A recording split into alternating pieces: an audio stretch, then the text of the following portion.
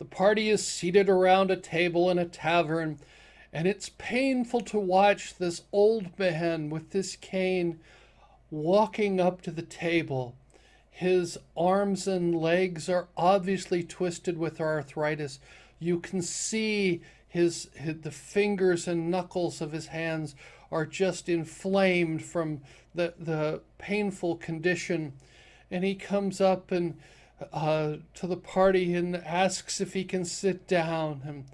And he says, "Hello, my name is Ulric, and I need you to retrieve my prized possession. My son Connor ran off with my prized possession, the Sword of Zahair." He said, "It's the only thing. The sword has magical properties. It's a magical sword. It, in addition to being a powerful weapon, it relieves all the pain that I have from arthritis." And the party questions, what do we need to do? What about your son? They ask. And he goes, "I don't care about my son. He stole my sword. I don't care if he lives or dies. Just bring my sword back to me."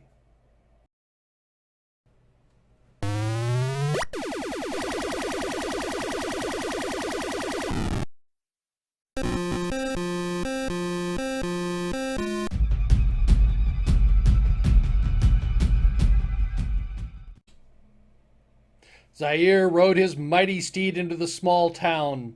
He wondered, why would a master swordsmith live in a dump like this?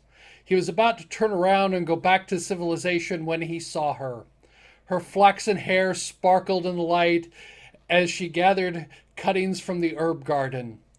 Zier thought, maybe this dump is not so bad after all, as he watched the young vixen head into the inn.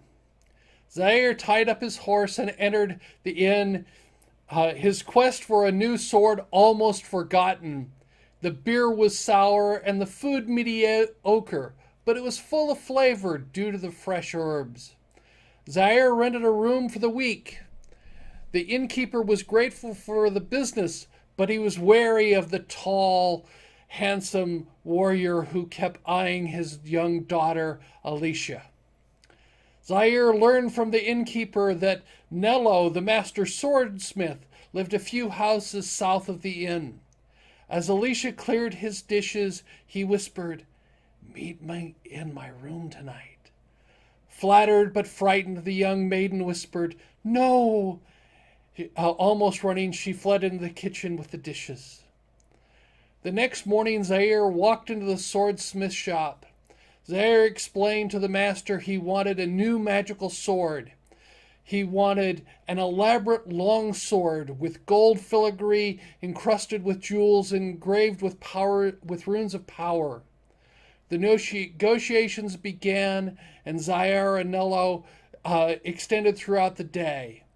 As the sun set, the two came to an agreement. Nello said it would take 2 weeks to complete the sword. Zier paid Nello and provided the gold and jewels for the sword. Drinking the sour beer, Zier plotted his seduction of the young maid Alicia. The small town had little to hold the interest of the worldly Zier, except for the prospect of seducing a young maiden. Over the days that followed, Zier used his days romancing Alicia. Zier became the town entertainment as he told exorbitant stories of his exploits. Zier watched Alicia's fascination with his tales of adventure. Each night he whispered to her, Alicia, "Meet me tonight." Each time Alicia whispered back, "No," but her protests became less and less emphatic. Finally, Alicia gave in to the handsome warrior. Nello, the swordsmith, noticed the attention Zier was giving Alicia. At first, he naively thought Zier would make a good husband for Alicia, though he was worried about the tall tales Zier was spinning. As Nello finished casting the sword, A crying Alicia came into his shop. She told her friend, after spending several nights in Zier's bed, he was now bored with her, and looking forward to the day when he would get his sword and leave this boring town. Nello comforted the distraught young woman. He assured her that Zier would pay for his sins. Nello used his skills to add filigree using a combination of copper and silver instead of gold. He encrusted the sword with semi-precious stones and glass. Using all his powers, he engraved powerful runes. The runes said, "Liars believe their own lies." The cursed sword made anyone who wielded it become obsessed with keeping the sword. The sword empowered the owner to spin fanciful tales of high adventure, which the owner completely believed. The person wielding the sword becomes oblivious to their wounds until they are almost dead, but the person will do everything in their power to keep the sword. With great fanfare, Nello presented the cursed sword to Zier, who graciously accepted it. The spells enthralled the young, handsome warrior. Zier loved his new sword. As Zier sheathed the cursed sword, Nello asked, "Do you love Alicia?" Zier replied, "She was fun for a couple of days. Love? She's just a stupid small-town girl. What is there to love?" Zier smiled and said, I hope you Nello smiled and said, "I hope you enjoyed your new sword. By the way, did you know there's a nearby ruin recently overrun by goblins?" Zier smiled. "The perfect place to try out my new sword." Nello smiled as the handsome warrior rode off to his doom. That was the origin of the cursed sword. As a weapon, the sword is almost useless. When facing an adversary, the owner will turn and run at the first opportunity and then tell a story later how they defeated the adversary after a long battle. It inspires cowardice in the person who possesses it, and they can tell tall tales. It is actually a -1 sword. It doesn't work very well, but it will convince the owner of some interesting things about themselves, and it will imbue the owner with a sense of false courage for a while, and where they will ignore their wounds and pain and continue on, and then suddenly they will just turn and flee. And of course they will say that they never did. It's reminds me of bravely Sir Robin in Monty Python and the Holy Grail, that he turned his tail and fled. But that was the sword of Zaire, and the party is approached by Ulric.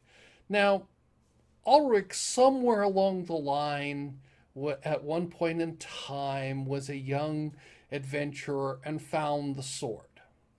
That it's called the Cursed Sword of Zaire, and Ulric fell under its spell, and it's unclear whether the sword actually caused or inflamed the arthritis.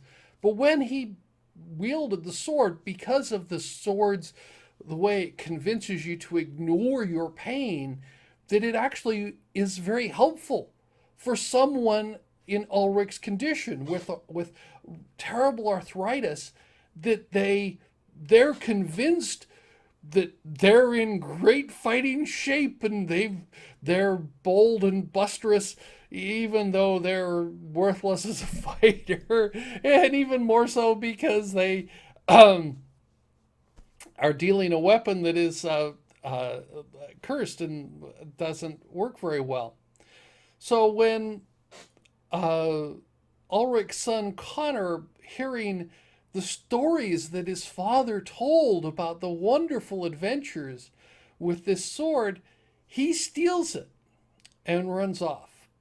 for fame and fortune, not knowing that the sword really is worthless or less than worthless. There are no gems on it. It's just glass and semi-precious stones, and the what looks like gold filigree on first glance is actually just a mixture of copper and silver fit into it, and the runes, though they are magical, say liars believe their own lies.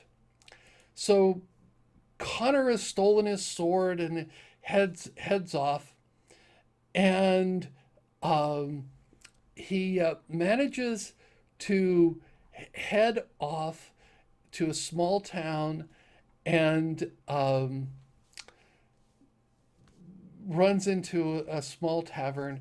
And just like Zier, he manages to seduce a young barmaid named Farina. And Connor convinces Farina to go with him, and he convinces her to run away in the middle of the night with him, and that they head off, and he's sure he can defeat anything, and they actually steal Farina's father's cart and horse and head up the trail. At this point, things get a little bit even stranger. So you've got this cursed sword. The party is hunting for they're trying to get the sword back for Ulric in theory, and the party is, even at this point, that they only know that this is a magical sword, and they're trying to debate whether we want to retrieve the sword and bring it back to Ulric, or do we just want to retrieve the sword? And the sword, it's a magical sword. It's that they're looking for someone, so that they're on the trail of Connor. And the party heads and they go into the next town, and there's the angry father of Farina, and of course, he's got his pitchfork and wants to basically skewer and neuter Connor for convincing his daughter to run off with him. So the party knows which way because Connor's leaving a trail. So that he's now got Farina, and he's headed off on a cart. So the party is traipsing after Connor.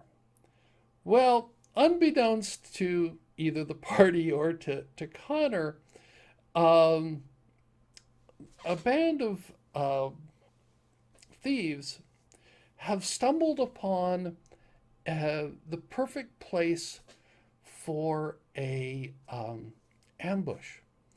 And to make things even a bit more interesting, they've managed to assemble a ballista.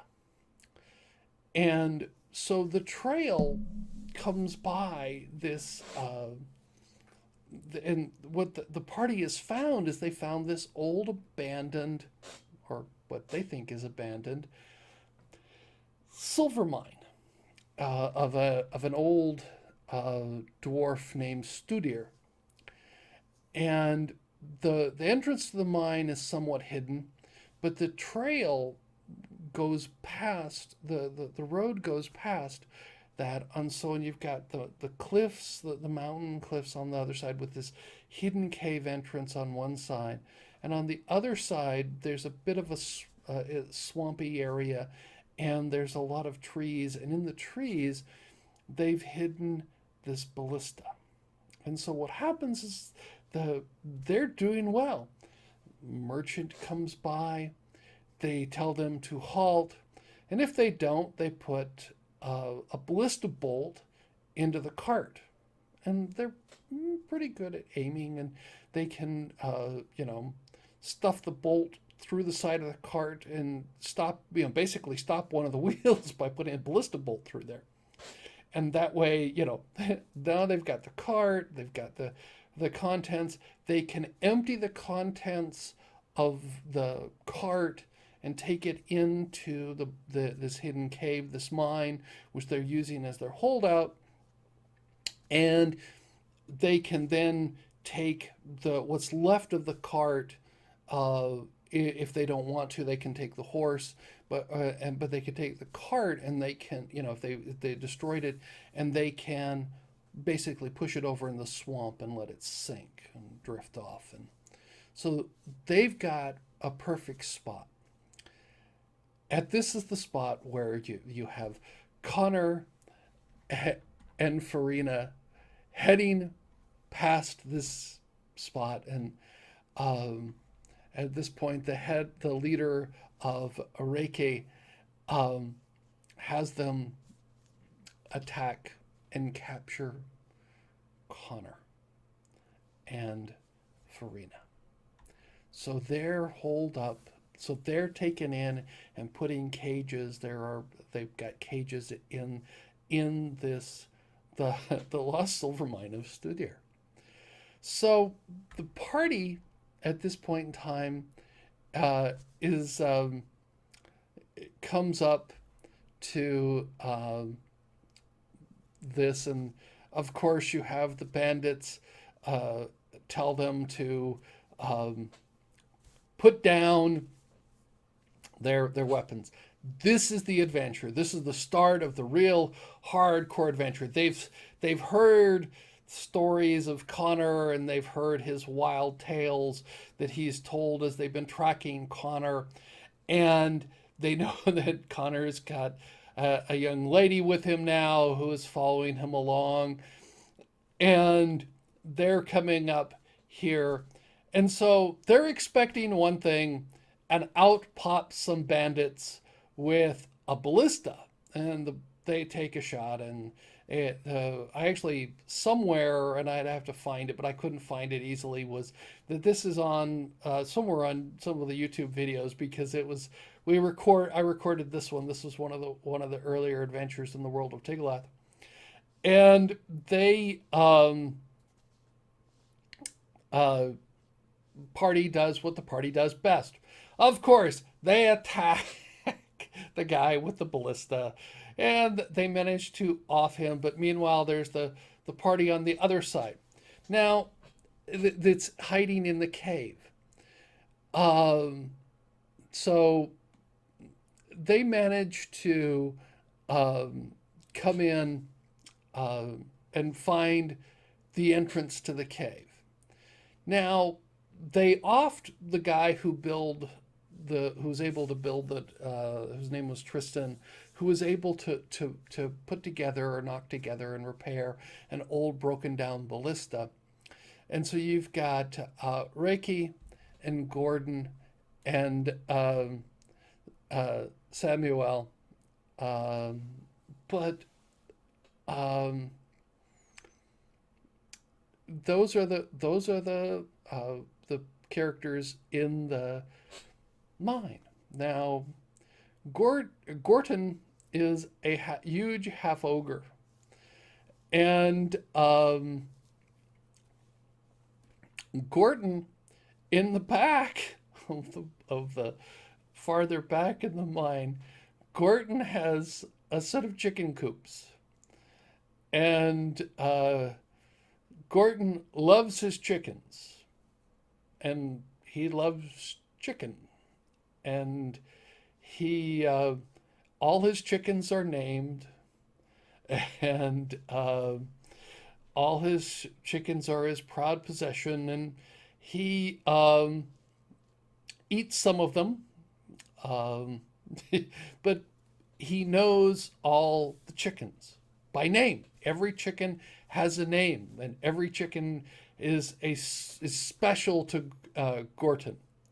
So the party finds this entrance to the mine, and they start down the entrance, and the mine, they're fighting through there, and they finally make it to the first room off to the right, and there are the cages with Studir and and not Stu, with Connor and Farina, and they were that now they found Connor, but they're interested in where his sword is. Meanwhile, the thieves, they've disarmed Connor and taken things away, but they've been very careful, and they're professional thieves, and they immediately detect that there's something a little off on this sword, because it looks like there's gems and that, but they're glass and they're precious stones. So they don't know, they just know that this is, something funny about this. So the thieves have put this aside. They're going to try and foist this off onto somebody else. But so the party is now rescued with Connor and Farina, and Connor wants to go and get his sword. That's his most important thing. Just like his father, he wants to get his sword. And the party, after interrogating them, basically throws Connor back in the cage and locks him up. And they're going, yeah, we know he's worthless. And so they start heading down. And the first thing they do is they see movement coming up the tunnel. Well, of course, out comes the bows. And they kill a chicken. And the chicken goes, ah! Well, this arouses Gorton in the back, who is the ogre. Anyway, so Gorton is not the brightest of half ogres, and he goes back and is counting his chickens, and he actually has more chickens than he has fingers and toes. So this is really hard for Gorton to do, but he's pretty convinced that one of his chickens, and I think it was named Tamara, is gone. And so he wants his chicken. Where's his chicken? But by this time the party has come back, and they're investigating the mine, unknowing that there's something farther back that's even attracting attention, which is over his dead chicken. So the party starts to engage with the other thieves. And the pitch battle ensues, and they go on, and the party thinks things are about going their way when up comes Gorton. Where's my chicken? Where's Tamara? Anyway, so the battle goes on, and it's a pitch battle, and the party retreats into a room, and it's off the main corridor, and Gorton is trying to come through the doorway, and they're all engaging Gorton, and finally the party manages to off Gorton. So in managing to off Gorton, and they manage to kill the half ogre, and they kill the rest of the bandits that are in there. They finally get back to the first treasure room, and what happens is that they we'll get into that in a second. And the first treasure room that they find the treasure room off the head bandit. There's not an awful lot there, but they do find the cursed sword of Zahair, and one of the characters, of course, goes over and picks it up and goes, yes, and he now wants it and possesses this sword. So you've got one of the characters now with a cursed sword. The adventure then takes sort of an odd path, because they go back and they find that the bandits have put up a large reinforced barricade stopping uh, farther back in the mine. And of course, the party being the party, this is curious. So they start digging through the barricade. Well, this leads to the deeper depths of the lost mine of Studir. Now, Studir was the uh, dwarf who had found this silver deposit and had started mining it, and he had produced a fantastic fortune in silver. It says, uh, 50 years ago, a dwarf named Studir found a rich vein of silver. The mine produced a fantastic fortune in silver. Over the years following, Studir became more and more reclusive. Wealth changed the normal thrifty person into a miserly paranoid. His extreme and irrational fear and distrust of others became his predominant personality trait. Studir retreated to the depths of his mine. An underground stream running through the depths of the mine provided fresh water and fish. He constructed several mushroom farms in the deep grottos. Studer lived on the fish and mushroom ale for years, too paranoid to venture out into the sunlight for fear someone would steal his hoard. So this is the lost mine of Studir. And the party ventures into here, and they run into they actually run into Studier, and basically then they turn the tail and flee. They after a quick encounter, they decide they can't take on Studier, and they've dug up some things, and they've got this sword. Now they have to make a decision. What do we do with the player character who has who now possesses the sword?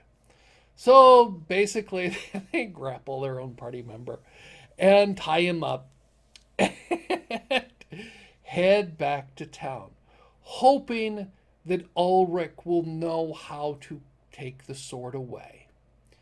And they're fairly lucky. They come back to town, and Ulric comes back and gives them a small pittance. Yes, hardly, it's a few, basically just a few gold pieces for retrieving his sword, telling them that this is, more than they deserve. But anyway, they give back Ulric his sword. And this is an interesting question. And I love these sort of moral dilemmas. Here you have this man who is suffering from a condition, arthritis. And if you've ever met someone who has, where their fingers have started to turn and twist because of arthritis. I remember my mother's hands. She had arthritis. And she had rheumatoid arthritis, which is not as common today. Not osteoarthritis. She had actually had rheumatic fever as a young girl, and had rheumatoid arthritis, which is very different from what osteoarthritis. And she, her fingers were starting to turn, and it was the pain that she had from that, and the side effects from some of the medicines that she had to take for the arthritis. And you see this, and I thought about this sword, and this sword, in the hands of a normal person, it is worthless. It's a cursed sword, but in the hands of Ulric, where the magic of the sword convinces him he's a powerful fighter, even though a coward, that can tell tall tales that people always somewhat wonder about, but it convinces him to ignore the pain in his limbs. And it becomes an interesting dependency on a cursed magical item. And for Ulric, he's found a solution. And it's an interesting question about would cure disease cure arthritis, or is that a condition? You get into some of the questions in a magical realm. But this is how Ulric had found a solution, and that was why he was upset with Connor. Oh, and by the way, the party, I think, gave Connor a means to escape, but they left him in the cage. But was Connor going to go? The whole other story, was Connor going to come back and try and get the sword away from his father? Would there be a meeting between his father and his son, the son? Those were unknown. The party at that point in time was happy to rescue their party member from having this cursed sword. If you like my video, press the thumbs up button. I'd appreciate that. Or if this interests you, you can always subscribe to my channel. There's a button right above. I look forward to hearing some comments. Tell me what you think about this, and I'll try and reply, and we can see if I'll do some more of these. Thank you.